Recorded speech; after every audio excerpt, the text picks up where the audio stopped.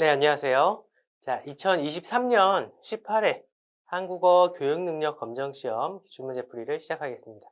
자, 2023년 18회 문제의 전체적인 내용들 한번 살펴보실 텐데, 자, 먼저 1형형 한국어학과 관련된 문제들을 살펴보겠습니다.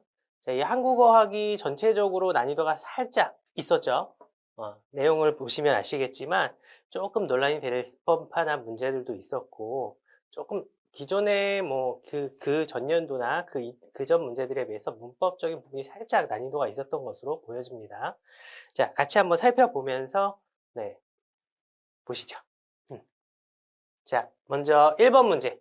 자, 전체적인 그 문제의 그 배치라던가 이런 것들을 보시면 그 초반부에 1번부터 해서 한 5번, 10번 요 사이로 해서 전체적인 이 개론에 대한 내용들, 문제들이 나오는 것을 살펴볼 수 있습니다. 자, 보시죠. 한국어의 통사적 특성으로서 옳지 않은 것. 자, 우리가 이 양성과정을 들으시면서 한국어의 형태적인 특성이나 한국어의 통사적인 특성들에 대해서 살펴보셨을 겁니다. 그죠? 이 한국어 개론의 가장 기본적인 내용으로 나왔었죠. 또는 문법론에서도 다루는 내용들이고. 자, 보시면 이 한국어의 통사적 특성들을 살펴보시면, 자, 가장 기본적으로 첫 번째. 자, 여기서 통사적이라는 이 말의 의미 다 아시죠? 네, 문법적인 특성이라고 보시면 됩니다. 쉽게. 문장의 구성과 관련된 것들, 구조와 관련된 것들이니까. 자, 가장 먼저 볼 수 있는 특성은 한국어는 SOV형 언어다. 어순과 관련된 거죠. 주어, 목적어, 서술어의 순서로 배치된다라는 거. 영어 같은 경우는 SVO 이렇게 되겠죠? 네, 한국어는 SOV, 주어, 목적어, 서술어. 자, 두 번째 특성을 살펴보시면, 자, 수식어는 반드시 피수식어 앞에 온다라는 것. 자, 수식어, 꾸며주는 말들이, 자, 앞에서 뒤에 오는 말을 꾸며준다라는 거죠. 노란 꽃, 파란 우산. 이렇게 꾸며주는 말들이 앞에 옵니다. 그렇죠? 자, 그리고 세 번째 특성을 살펴보시면 한국어는 좌분지 언어에 속한다.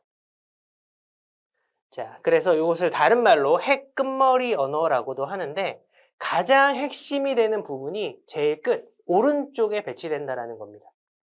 핵심이. 자, 그래서 필요 없는 것을 빼라. 그러면 왼쪽에 있는 것부터 하나씩 빼면 됩니다. 그래서 한국어는 좌분지 언어. 왼쪽에 있는 것을 이렇게 빼나가면 됩니다. 반대로 영어 같은 경우를 생각해 보시면 관계절을 중심으로 봤을 때 이 오른쪽에 수식하는 말들이 오죠. 그래서 오른쪽에 있는 것들을 빼면 됩니다. 그래서 영어 같은 경우는 우분지 언어에 속하는 언어가 되죠. 자, 네 번째 한국어는 자유어순의 형태를 띠고 있는데 완전하진 않습니다.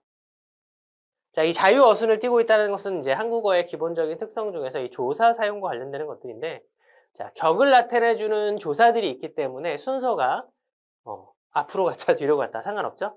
철수가 영희에게 꽃을 주었다. 철수가 꽃을 영희에게 주었다. 영희에게 철수가 꽃을 주었다. 다 관계없습니다. 자, 그런데 왜 부분적이라고 했느냐? 자, 요 2번하고 연결시켜서 살펴보시면 됩니다. 꾸며주는 말이 있는 경우에는 얘는 안 바뀐다는 거죠. 자, 철수가 영희에게 꽃을 주었다. 자, 철수가 영희에게 노란 꽃을 주었다. 자, 철수가 노란 꽃을 영희에게 주었다. 노란 꽃을 철수가 영희에게 주었다. 자, 주어나 목적어, 부사어의 위치는 자유롭게 바뀌지만 꾸며주는 이 노란이라는 이 관용어, 네, 반드시 꽃 앞에 오죠. 자, 그렇기 때문에 완전한 자유어순이라고 보기는 조금 어려울 것 같습니다. 자, 다섯 번째 통사적인 특징을 살펴보시면 한국어는 주어나 목적어, 그러니까 문장의 필수 성분이라고 할 수 있는 이 주어 목적어가 쉽게 생략이 가능하다라는 거죠. 그렇죠? 자, 실제로 대화를 살펴보실 때도 우리가 흔히 어디 가? 이러면서 주어가 빠지고, 그렇죠? 굉장히 쉽게 빠진다. 자, 이런 점은 이 한국어의 그 상황, 맥락에 굉장히 의존하는 고맥락 언어라는 특성으로 인한 것으로 볼 수 있습니다. 자, 또 다른 특성, 여섯 번째, 대우법이 발달했다. 대우법, 높임법, 공손법, 겸양법 다 같은 말입니다. 높임법이죠. 자, 한국어는 높임법이 발달했다. 다른 언어에 비해서. 문장의 주어를 높여주는 주체 높임이 있고, 문장의 객체, 목적어나 부사어에 등장하는 인물을 높여주는 객체 높임이 있고, 내 이야기를 듣고 있는 상대방을 높이는 상대 높임. 세 가지의 높임이 있죠. 그렇죠? 자, 이런 것들이 한국어의 기본적인 통사적인 특성. 자, 그러면 문제를 다시 보시면, 자, 특성으로 옳지 않은 것을 찾는 겁니다. 자, 관용어는 어순에 제약이 있다. 자, 관용어는 뭐였죠? 앞에서 제가 말씀드렸죠? 뒤에 오는 말을 꾸며주는 수식어의 일종입니다. 자, 그러면 당연히 어순에 제약이 있죠. 자, 어떻게? 반드시 피수식어 앞에 와야 한다라는 거. 자, 그러면 요거는 맞는 설명이 되겠죠? 자, 두 번째, 핵이 앞에 오는 선핵 언어다. 자, 핵이 앞에 온다. 자, 그런데 한국어의 통사적 특성에서 한국어는 좌분지 언어라서 핵이 끝에 오는 후핵 언어에 들어가는 거죠. 자, 후핵 언어입니다. 선핵 언어는 영어. 그렇죠? 그럼 요게 안 되겠네요. 자, 세 번째, 어미의 문법적 기능이 용언구, 문장 전체에 미친다. 자, 어미.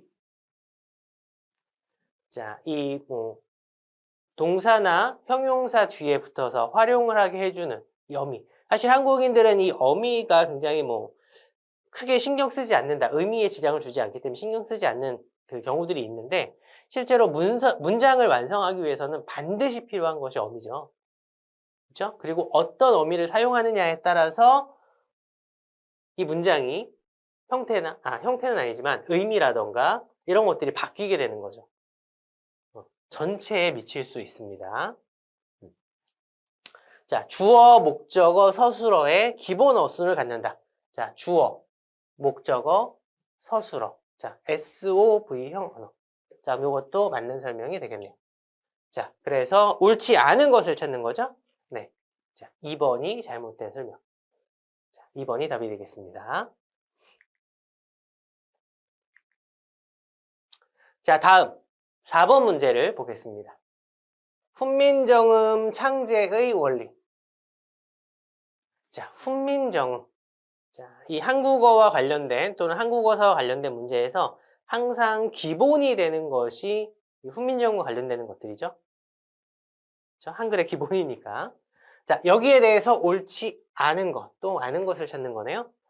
자, 그러면 훈민정음 창제의 원리, 기본적인 원리를 한번 살펴보겠습니다. 자, 먼저 자음의 창제 원리를 살펴보시면, 자, 이 자음의 창제 원리는 가획의 원리입니다. 가획. 획을 더했다라는 거죠. 자, 먼저 기본이 되는 글자를 만들었습니다. 5가지. 기역부터 니은, 미음, 시옷, 이음. 자, 이 기본자는 상형의 원리로 만든 겁니다. 발음할 때, 자음을 발음할 때 이 발음 기관의 모양을 본뜬 거죠. 자, 상형의 원리로 만들었고, 자, 같은 위치에서 소리가 나는데 같은 입모양을 하고 소리를 내요. 그런데 소리가 더 커. 그래서 획을 하나 더 했다. 그렇죠? 하나씩 더 했죠? 또 더하고 또 더하고 또 더하고 또 더하고 하나씩 더해서 만들었습니다. 그래서 가획자, 가획, 획을 더한 글자. 자, 그리고 앞에서 만든 글자들과는 형태가 다르다. 자, 그래서 이체자, 형태가 다른 글자. 그래서 옛니음과 리을, 반치. 자, 이렇게 해서 총 17자를 만듭니다. 자음은 17자. 자, 모음의 창제 원리를 보시면 모음의 경우는 창제 원리는 합성입니다. 합성. 자, 그래서 마찬가지로 기본자, 상형의 원리로서 기본자, 아래아, 이. 자, 이거는 성리학의 그 이념이죠. 그래서 아래아는 하늘이 둥근 모양, 은은 땅이 평평한 모양, 이는 사람이 서 있는 모양. 자, 이렇게 해서 기본자 3개를 만들고, 자, 요거를 위아래 좌우에 하나씩 붙여서 먼저 1차 합성, 아, 오, 우. 그리고 하나씩 더 붙여서 야, 여, 요, 유. 이렇게 만든 거죠. 그러니까 요거는 지금으로 따지면 이제 단모음 체계가 될 거고, 자, 야여 요유는 이중모음의 체계가 되는 거죠. 자, 이렇게 해서 11자를 만들었습니다. 또 자음 17자, 모음 11자, 28자가 되죠. 자, 그러면, 자, 요 내용을 기본적으로 이제 우리가 생각을 해보면서 문제를 보시죠. 자, 아는 두 글자를 합해서 만든 것. 자, 아. 어떻게 만든 거죠? 자, 사람이 서 있는 모양. 그리고 하늘이 둥근 모양. 자, 이렇게 원래는 둥그렇게 해야 되는데. 이게 잘 안 되네요. 네, 이렇게 해야 돼요. 얘는 붓으로는 이렇게 점 찍으면 됐는데, 펜이라서 이런 모양이 됐고. 자, 그러면 요거는 두 글자를 합쳐서 만든 것. 기본자 두 개를 합쳐서 만든 것, 맞는 설명이 되겠죠? 자, 그리고 순경음 비읍은 합용병서의 원리를 적용한 문자. 자, 갑자기 합용병서라는 또 다른 체계가 나왔습니다. 자, 기본적으로 세종대왕님이 이 자음과 모음을 만들었지만 이거 이외에도 글자를 만들어서 사용할 수 있는 원칙을 만들어 놓으셨죠. 그래서 이것이 병서라는 게 있고 연서라는 것이 또 있습니다. 자, 병서는 자음을 좌우로 붙여서 두 개까지. 두 개까지는 아니군요. 세 개까지도 가능하네요. 자, 그래서 각자병서라는 게 있고 합용병서라는 게 있습니다. 자, 각자병서는 같은 자음을 옆으로 두 개. 자, 그래서 우리가 지금 보는 뭐 쌍기역이나 뭐 쌍디귿이나 이런 것들. 물론 지금의 된소리 발음은 아닙니다. 자, 합용병서는 다른 자음을 붙였을 수 있다. 그래서 뭐 비읍, 디귿, 뭐 또는 비읍, 디귿, 기역, 비읍, 시옷, 기역, 네, 비읍, 시옷, 디귿, 뭐 이런 것들 옆으로 붙여 쓰는 것은 병서. 자, 그럼 연서는 자음을 위아래로 붙여서 쓰는 방식입니다. 자, 그래서 뭐 미음, 이응, 비읍, 이응, 뭐 피읍, 이응 이런 것들 위아래로 붙여서 쓸 수 있다. 이게 연서죠. 마찬가지로 대부분 한자어 발음 표기에 사용했는데 이 순경음 비읍은 고유어 표기에 사용한 글자입니다. 자, 그러면 이 순경음 비읍은 합용병서. 자, 옆으로 쓰는 원리를 적용한 것이 아닌 거죠. 그렇죠?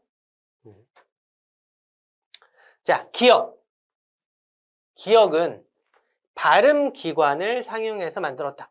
자, 기본자 아까 제가 뭐라고 말씀드렸죠? 기본자는 그 발음할 때 발음 기관의 모양을 본뜬 글자. 그렇죠? 뭐 이렇게 쉽게 이렇게 있을 때 기역을 발음하면 이렇게 혀가 위에 올라가서 이게 탁 닿았다가 만들어지는 소리죠. 영국의 음이니까. 자, 요 모양 이렇게 생각하시면 됩니다. 요 모양. 자, 그러면 발음 기관 상용 맞죠? 자, 범에서 왼쪽의 방점은 소리의 높낮이를 표시한 것. 자, 여기 점 두 개가 찍혀 있는데, 자, 이 후기 중세, 그러니까 조선시대죠. 조선시대 세종대왕이 훈민정음을 만든 요 시기, 15, 16세기까지는 우리나라에 성조라는 것이 있습니다. 성조. 자, 중국어 배워보신 분은 아마 아실 텐데, 중국어에도 이렇게 성조가 있죠? 이렇게 성조가 있는 것처럼 한국어에도 3개의 성조가 있었습니다. 자, 평성이 있었고, 거성이 있었고, 상성이 있고. 자, 한국어에는 3개의 성조가 있었습니다. 평성은 아무 표시 없어요. 저렇게 이렇게 하면 아무 표시 없이 그냥 씁니다. 이거는 낮게 하는 소리. 자, 거성은 높은 소리. 그래서 이렇게 하고 왼쪽에 점 하나. 상성은 올라가는 소리입니다. 그래서 왼쪽에 점 2개. 이렇게 되는 거죠. 자, 이렇게 되는 거. 소리의 높낮이, 성조를 표시한 것. 자, 맞는 설명이 됩니다. 자, 옳지 않은 것을 오라고 했으니까, 네. 순경음 비읍은 합용병서의 원리를 적용한 문자. 자, 이게 잘못된 설명이죠? 순경음 비읍은, 네. 연서의 원리를 적용한 문장. 네. 네, 이렇게 되겠죠?